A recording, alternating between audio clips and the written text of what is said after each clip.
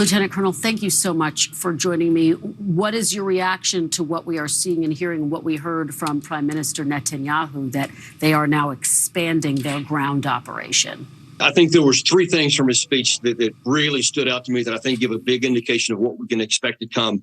The first one, he said that their objective is to destroy Hamas all time. And he brought up the example of Joshua and Amalek. And for those who may not know, that's the Exodus version, both in the Torah and in the English Bible, where Moses told Joshua to utterly destroy Amalek and wipe them from the face of the earth.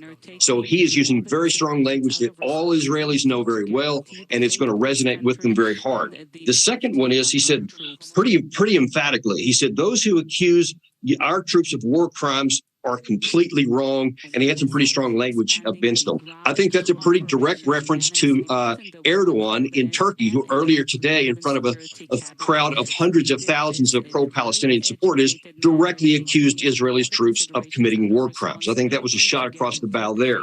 And then the last thing is, which you alluded to just a second ago, he said, this is basically our second war of independence. It is the mission of my life. So that tells you that he is absolutely committed and considers this an outright existential battle, and I think there's very little that they won't do to take this to complete victory. They have no intention of going half measures. They clearly are going all out.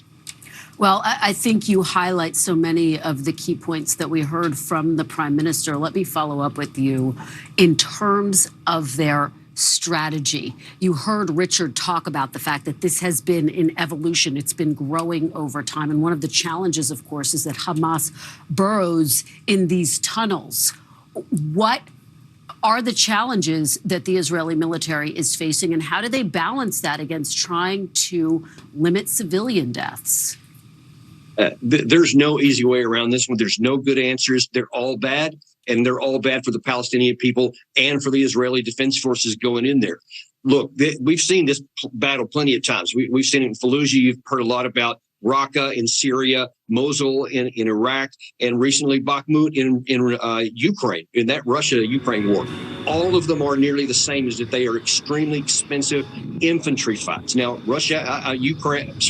Israel has a lot of armor, great tanks, Namur infantry fighting vehicles, very powerful, but those things aren't going to do you any good once you get into the city. They'll get them up to the fight, but from there, it's a man-on-man fight, and it's an equal fight on the ground between Hamas, who knows the ground intimately, much better than Israel does, and that's, I think, why they're trying to tell people this is going to be an expensive fight in terms of blood, and it's going to take a long time to get done.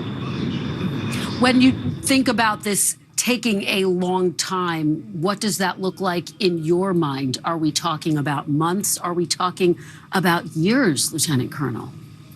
I'm not sure it can go years, just because I don't know that Hamas can physically hang out that long. But many reports I've seen, and it just common sense tells us that since Hamas knew exactly what the Israelis were going to do in response, that they had enormous supplies of stocks of food, water, ammunition in those tunnels spread out all over the place. So even when Israel takes out some tunnels, they still have other resources there. So they can survive a long time, I think. But it's not going to be quick, and I think it's going to be many months. You see that the Battle of Bakhmut took 9 months. The Battle of Raqqa took 7 months.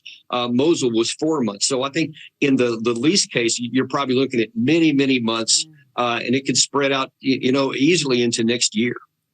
It struck me the Prime Minister talked about the support that they have received from the international community. We know that President Biden has been very firm in his support. We also know that privately, he and other top officials have effectively urged Israel to slow their ground invasion so that they can try to get the hostages out, so that they can try to get humanitarian aid in. To what extent does Israel need to weigh both moving forward with this ground invasion, but also not losing international support if there is a surge in civilian deaths? Well, I think it's a fine line that Benjamin Netanyahu and his war cabinet are trying to thread the needle, so to speak, because they have a lot of domestic pressure and diplomatic pressure from other countries not to go in yet because they're working with Qatar. Qatar claims that they are working on a deal to get as many as 70 hostages released. And you better know every family member of all of those are saying, don't go in yet. Don't mess this deal up.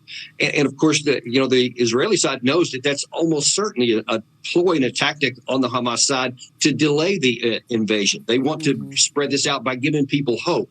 And that's why this is such a horrible, heart-wrenching decision. And I'm not sure which side he's going to come down on it. It looks like that they're going to say, give words to say we want to help these hostages, but it looks like they're going to go in on the ground anyway.